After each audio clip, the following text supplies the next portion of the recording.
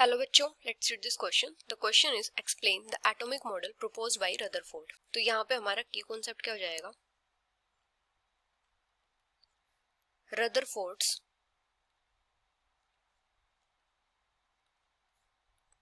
Model of an atom.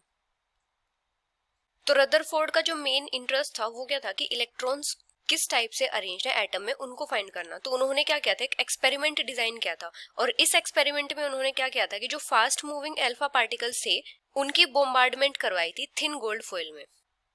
Arranged an experiment. और इस experiment में क्या हुआ था कि जो फास्ट मूविंग अल्फा पार्टिकल्स थे, fast moving alpha particles were made to fall on a thin gold foil.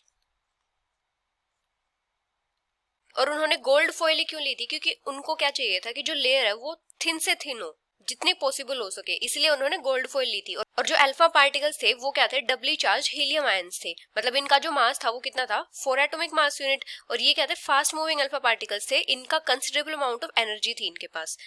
तो उन्होंने एक्सपेक्ट किया था कि जो अल्फा पार्टिकल्स होंगे वो डिफ्लेक्ट हो जाएंगे जो सब एटॉमिक पार्टिकल्स प्रेजेंट होंगे गोल्ड एटम्स में उनसे। लेकिन यहाँ पे उनको क्या मिला था, जैसे हमारे पास यहाँ पे गोल्ड एटम्स हैं इस टाइप से,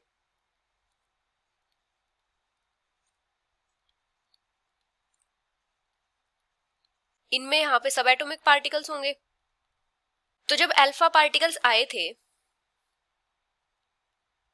तो क्या हुआ था, कुछ तो स्ट्रेट चले गए थे विदाउट डिफ्लेक्शन इस टाइप से, और कुछ क्या हुए थे, कम एंगल से डिफ्लेक्ट हुए थे। जैसे कुछ तो स्ट्रेट चले गए थे, कुछ क्या थे, कम एंगल से डिफ्लेक्ट हुए थे इस टाइप से, और कुछ ही थे जो 180 डिग्री एंगल से डिफ्लेक्ट हुए थे। तो यहां से उन्होंने क्या ऑब्जर्व किया था कि जो most of the alpha particles हैं वो तो स्ट्रेट पास हो गए हैं, और कुछ पार्टिकल्स डिफ्लेक्ट हुए स्मॉल एंगल से, और कुछ ही पार्टिकल्स हैं जो 180 डिग्री एंगल से डिफ्लेक्ट हुए हैं। तो इनकी ऑब्जर्वेशंस क्या थी कि जो मेजर फ्रैक्शन था अल्फा पार्टिकल्स का वो बम्बार्ड हुआ था टुवर्ड्स गोल्ड शीट, और वो स्ट्रेट चले गए थे विदाउट एनी डिफ्लेक्शन। तो major fraction of alpha particles bombarded towards gold sheet passed through the sheet without any deflection। तो इसका क्या मतलब था कि एटम में मोस्ट ऑफ द स्पेस क्या था, एम्प्टी था, क्योंकि यहाँ पे कोई डिफ्लेक्शन ही नहीं हुई। मोस्ट ऑफ द स्पेस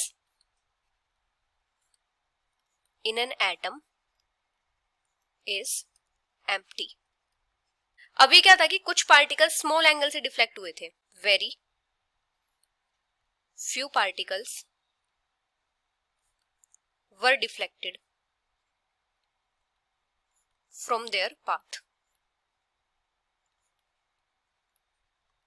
इसने क्या इंडिकेट किया था कि जो पॉजिटिव चार्ज है एटम में उसने बहुत ही कम स्पेस ऑक्यूपाई किया है।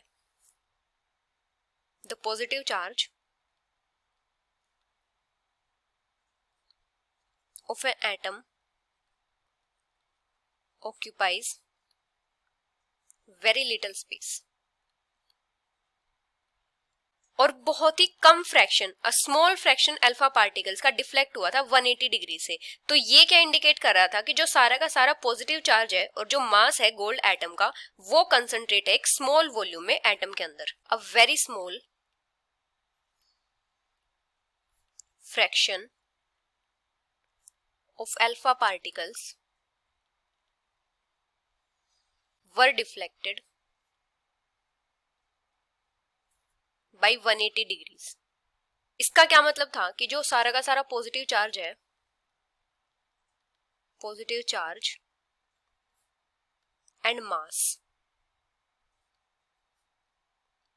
of atom were concentrated in a very small volume। With in the atom. तो रदरफोर्ड ने क्या प्रपोज किया था कि जो नेगेटिवली चार्ज इलेक्ट्रॉन्स हैं वो न्यूक्लियस के सराउंड है, और उन्होंने क्लेम किया था कि जो इलेक्ट्रॉन्स हैं वो न्यूक्लियस के अराउंड रिवॉल्व कर रहे हैं और बहुत ही हाई स्पीड सर्कुलर पाथ्स में। और उन्होंने क्या बोला था कि जो इलेक्ट्रॉन्स है वो नेगेटिवली चार्ज है और जो न्यूक्लियस है वो densely concentrated mass of positively charge particles है, और ये दोनों हेल्ड हैं एक दूसरे से bye strong electrostatic forces.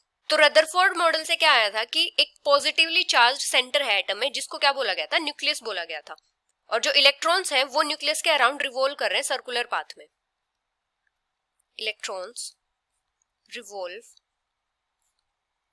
Around the nucleus in circular paths,